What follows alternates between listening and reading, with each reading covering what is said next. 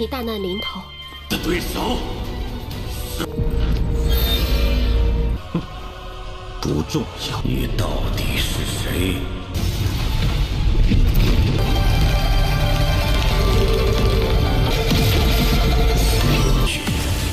若能成，赠与有人。着实昂贵了些。这就是老夫的地。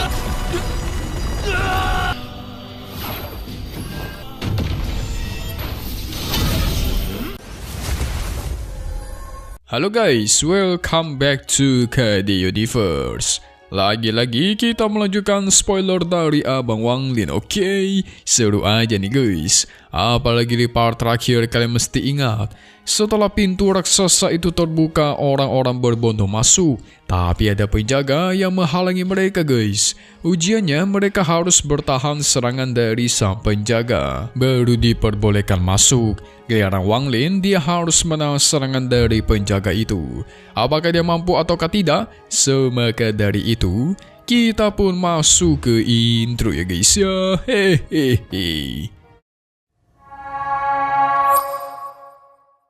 Gara-gara serangan dari sang penjaga terlalu kuat, Qianfeng itu langsung mengajak Wang Lin bersama Liu Mei buat kerjasama guys. Mencoba meyakinkan mereka dengan kekuatan gabungan mereka bertiga pasti bisa menahan serangan penjaga ini. Wang Lin langsung setuju, dia juga ragu dirinya sendiri bisa menahannya. Qianfeng menjelaskan guys rencana yang akan dilakukan. Liu Mei bakal maju buat memancing sang penjaga buat menyerang. Setelah itu, Wang Lin akan maju bersama dengan Qianfeng untuk membantu Liu Mei dalam menahan serangan itu. Wang Lin kurang setuju akan rencana seperti itu.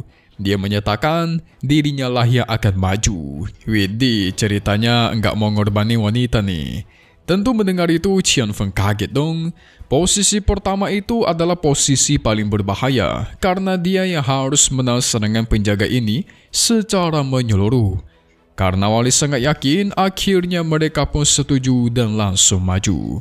Sang penjaga yang menyaksikannya pun langsung mengayunkan pedang besarnya guys, menyerang ke arah Wang Lin sehingga tuar. Wang Lin orang pertama yang menahan serangan itu. Dia sangat kesulitan. Serangan pedang ini berat banget, udah kayak ditimpa oleh besi bertonton. Terlihat dia langsung terluka guys, muntah-muntah darah.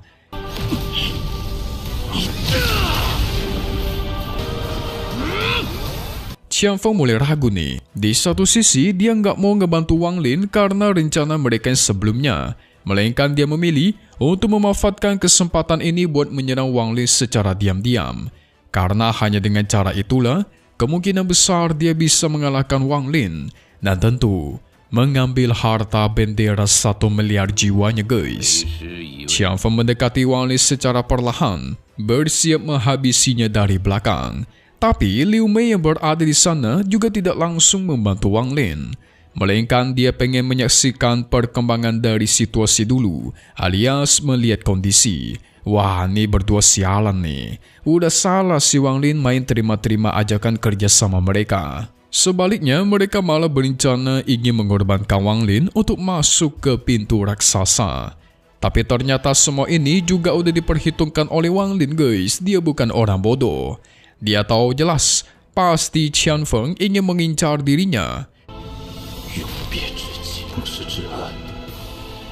Alhasil ketika Qianfeng maju menyerang, Wang Lin langsung menggunakan pagoda ilahi, memanggil Zhou Yi buat keluar dan tuar. Zhou Yi berganti tempat sementara menahan serangannya sang penjaga. Gak cuma itu, Wang Lin teleportasi ke belakangnya Qianfeng. Dia ingin berencana mengorbankan Qianfeng dengan membawa tubuhnya ke serangan sang penjaga yang kedua guys. Karena dia sudah menyadarinya, si penjaga ini akan menyerang orang yang paling dekat dengannya. Benar aja dugaan Wang Lin. Sang penjaga malah mulai menyerang ke arah Qianfeng. Itu membuat Qianfeng langsung panik, mencoba menahan serangan itu dong. Liu Mei tentu kaget tidak menyangka Wang Lin akan melakukan hal itu. Qianfeng berhasil terjebak. Alhasil Liu Mei pun maju mendekati Wang Lin.你大难临头。的对手。 Tapi apa yang terjadi? Tiba-tiba si Wang Lin itu teleportasi lagi ke belakangnya Liu Mei. Ternyata pada saat itu juga sang penjaga langsung melesatkan serangannya ke arahnya Liu Mei karena si Liu Mei memiliki barisan paling depan guys. Itu membuat Liu Mei paniklah setengah mati, mencoba menghindar dan menjauh ingin menggagalkan rencana Wang Lin. Tapi sayang usahanya sia saja guys. Wang Lin sudah menghitungnya dengan matang dan serangan sang penjaga tetap mengarah ke tubuhnya Liu Mei. Dia langsung bergegas memanfaatkan kesempatan ini untuk melesat masuk ke dalam pintu. Syukurin tuh mereka berdua tuh. Kena batunya kan? Aduh, mau ngerjain Lord kita malah dikerjain balik. Hahaha. Jenius Wang Lin gak mungkin ketipu begitu doang guys. Dia gak cuma selamat dari serangan sang penjaga, di sisi lain juga bisa menyingkirkan kedua musuh bebuyutannya agar tidak mengganggunya di masa depan. Kita pindah ke Liu Mei yang tidak mau menyerah begitu saja. Dia melesat mengikuti Wang Lin dari belakang yang pengen masuk ke dalam pintu. Wang Lin tidak membiarkannya guys. Menggunakan kekuatannya yaitu mengeluarkan teknik domain hidup dan mati. Alhasil waktu di sekitar Liu Mei melambat dan juga serangan sang penjaga langsung mengenai tubuhnya. Mampus! Terjadilah ledakan yang cukup besar di sana. Wang Lin juga langsung cuek, dia masuk ke dalam pintu raksasa dan ketika masuk, ternyata di dalamnya ada istana besar. Si penjaga nggak membiarkannya guys, anggapannya si Wang Lin belum lulus.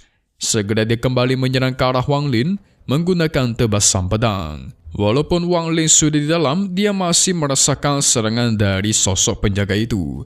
Serangannya terlalu kuat. Alhasil dia mengeluarkan pagoda suci untuk membantunya menahan serangan tersebut. Tadinya dia sempat ingin teleportasi menghindari serangan itu guys. Tapi ternyata di dalam istana besar ini si Wang Lin tuh nggak bisa teleportasi. Seperti ada sebuah formasi besar gitu guys yang menghalangi dia. Walaupun Wang Lin terluka parah, tapi dia berhasil menahan serangan tersebut. Setelah itu, dia segera memulihkan diri dengan meminum beberapa pil.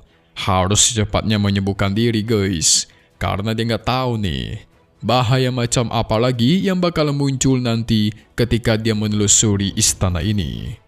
Sementara itu kita ke Gunung Roh, Liu Mei yang menggunakan kabutnya untuk menahan serangan dari sang penjaga. Dan tuar, kabut miliknya berhasil menahan serangan dari sang penjaga dengan mudah guys. Beda sama Qian Feng. Dia udah terluka parah gara-gara terkena serangan langsung dan tidak sempat bertahan penuh. Tentu dia murkalah kepada Wang Lin, bersumpah akan membantainya dengan tangannya sendiri. Hahaha.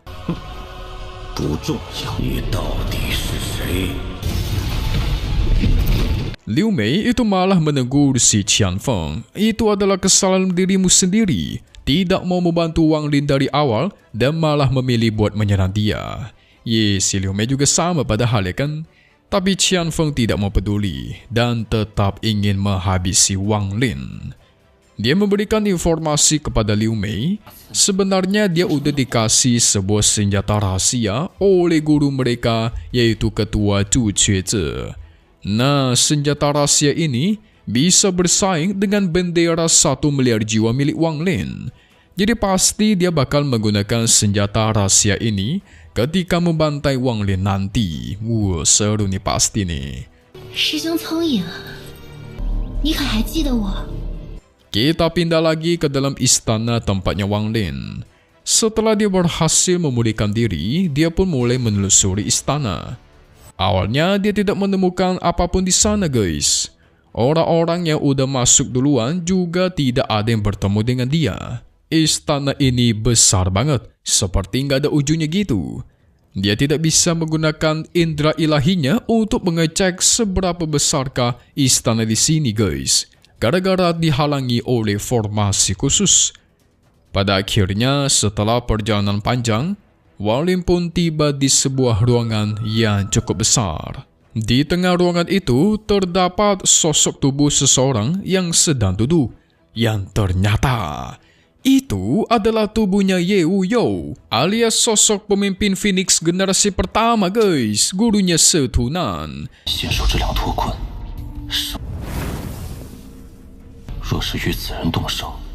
Terlihat walaupun udah meninggoy tetapi dia masih memancarkan aura yang menyeramkan. Dan di tangannya ada sebuah bola kristal yang melenggi itu guys. Itulah kristal kultivasi planet yang Wali cari-cari selama ini. Oh walah. Wali mencoba mengambilnya dong tetapi dia merasakan ada semacam kekuatan misterius yang menolak dari kristal itu. Kristal ini juga tidak ada potongan jiwa milik dia guys. Dan apa yang terjadi? Tiba-tiba terdengar ada suara seseorang yang datang. Ternyata itu adalah kakek Yun Chece.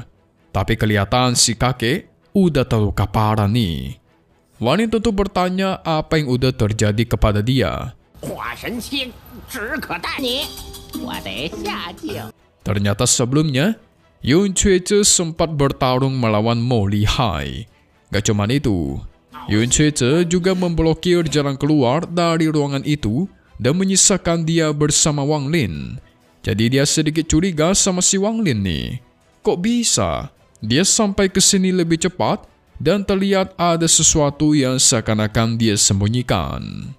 Wah, Wang Lin mulai waspada dong, ini tentu gak beres. Langsung dia keluarkanlah bendera 1 miliar jiwa untuk berjaga-jaga guys. Setelah kondisi mereka mulai tenang, akhirnya Wali pun menjelaskan. Dia sempat menemukan tubuhnya Ye Wuyo yang memegang kristal kultivasi planet. Tapi karena tidak ada jiwanya di situ sama sekali, Wali menduga kemungkinan kristal kultivasi itu palsu. Tapi walaupun begitu, Wali masih menaruh curiga lah sama Yun Chece. Gak gampang nih percaya sama kakek-kakek mesum. 你叫什么名？里头的诸多上古遗物， 还有争抢玉鼎进入仙门。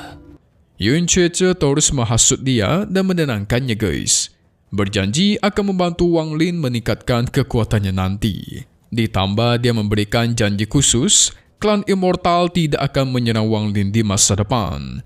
Tentu mendengar itu Wang Lin tergiur dong, jadi dia kekurangan satu musuh nih. Memang dia sih pengen meningkatkan kekuatannya sampai Rana Askendan. Tapi dia masih belum 100% percaya kepada Yun Chece juga. Alhasil dia meminta semua metode asli untuk mengaktifkan harta topi jerami miliknya guys. Soalnya dia tahu topi jerami milik kakek Yun Chece itu bukan sekedar menyembunyikan tubuh identitas doang. Masih ada fungsi lainnya di dalam guys. Pada akhirnya demi meyakinkan Wang Lin, Yun Chece pun memberikan sebuah batu giok. Yang dalam batu giok itu berisikan teknik-teknik dari topi jerami. Setelah selesai dia pelajari, Wang Lin kembali ke hadapannya tubuh Ye Wuyo. Dia menggunakan bendera 1 miliar jiwa guys. Apa yang terjadi? Secara tiba-tiba tubuhnya Ye Wuyo itu bereaksi, memancarkan aura sangat kuat. Sialnya gak lama dari itu, Mo Lihai menemukan keberadaan mereka dan langsung menghampiri. Sehingga langsung terjadilah pertarungan sengit antara Yun Chece melawan Mo Lihai. Mereka bertarung untuk memperebutkan kristal kultivasi planet. Wali merasa tidak aman nih. Dia bergegas kabur dari sana dan memutuskan menjauh. Tapi gara-gara pertarungan mereka terlalu brutal, otomatis serangannya itu menyambar ke tubuhnya Ye Wuyo guys. Dan tubuhnya mulai hancur. Sementara kristal kultivasi planet tetap utuh. Mereka berdua kembali memperebutkan kristal itu. Tapi sayangnya kali ini Yun Chece kalah cepat. Mo Lihai duluan mendapatkan menggenggam kristal itu guys. Tapi tiba-tiba tubuhnya itu langsung meleleh dan terserap ke dalam kristal kultivasi tersebut sehingga tidak tersisa sama sekali. Melihat kesempatan, Yun Chece ingin mengambilnya guys. Tapi untungnya dia merasakan ada yang aneh dengan kristal tersebut. Alhasil dia mengurungkan niat untuk mengambil kristal itu. Untung aja nggak diambil tuh. Sekali ambil tubuhnya diserap ke dalam guys, kayak Mo Lihai. Tiba-tiba kristal kultivasi planet itu terbang sendiri dan keluar dari ruangan. Yun Chece mengikutinya dan apa yang terjadi? Kristal itu malah mengarah ke Wang Lin. Wang Lin panik dong, ngapain nih? Dengan cepat dia mengeluarkan bendera 1 miliar jiwa mencoba kabur.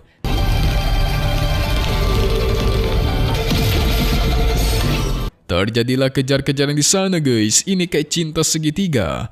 Wang Lin dikejar oleh kristal kultivasi, sementara si kristal dikejar oleh kakek Yun Cui. Tapi sial, kristal ini terlalu kuat. Dia menghabisi semua jiwa-jiwa yang Wang Lin keluarkan dari bendera. Pada akhirnya, gara-gara nggak bisa kabur, Wang Lin menggunakan kekuatan di tangannya mencoba menahan efek dari kristal itu. Apa yang terjadi guys? Ketika kristal itu jatuh ke tangannya Wang Lin, kristal itu nggak bereaksi seperti sebelumnya. Tidak menyerap tubuhnya Wang Lin seperti Mo Lihai. Tapi energi di dalam kristal malah masuk ke dalam tubuhnya Wang Lin. Hah? Bukan cuma masuk, energi-energi itu menjalar ke otaknya Wang Lin. Wang Lin melihat ke dalam ingatannya, di mana di dalam ingatan itu ada seorang pria misterius yang menemui Ye Wuyo dulu guys ketika dia masih hidup, tepatnya di dalam istana ini. Dan sekarang kita tahu nama istana ini adalah Pagoda Segel Surgawi. Sosok misterius itu datang mendapatkan segel Phoenix, segel legendaris milik aliansi kultivasi. Sementara Wang Lin yang menyaksikan ingatan itu, tubuhnya terus memancarkan energi yang luar biasa. Sampai-sampai Yun Cui yang mendekatinya itu kaget. Dia tahu energi yang dipancarkan oleh Wang Lin itu mengandung yang namanya segel Phoenix. Warisan kuno yang sama sekali tidak ada orang yang mengetahuinya di zaman sekarang guys. Wow, apa ini?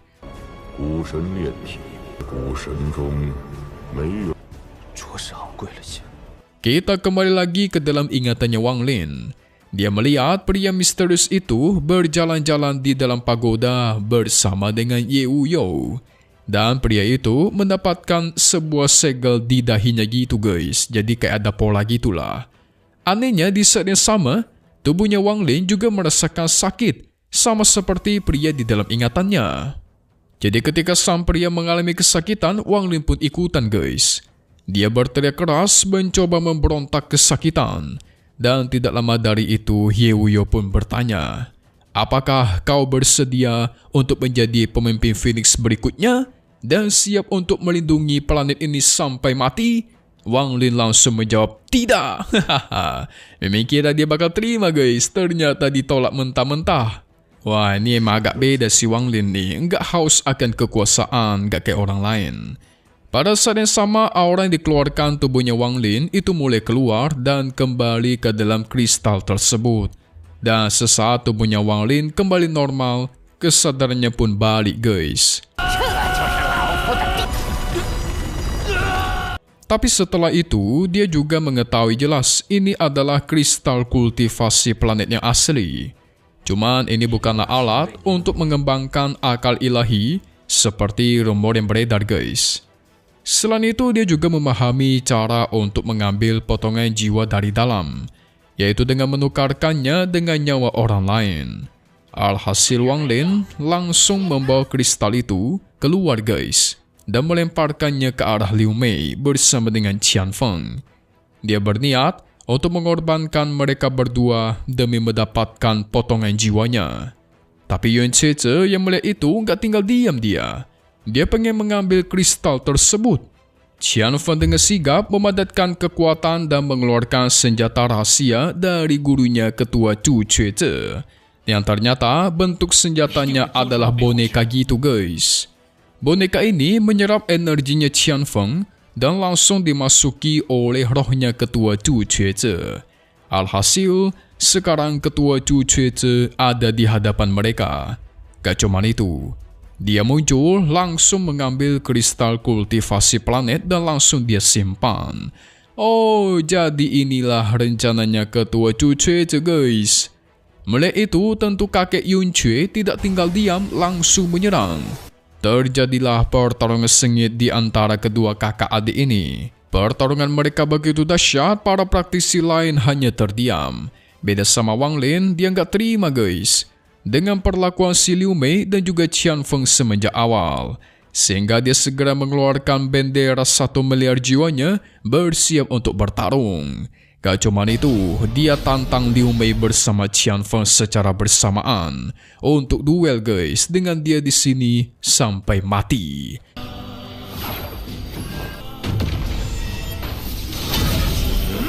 Dia pengen balas dendam nih, karena dirinya selalu diganggu oleh mereka berdua.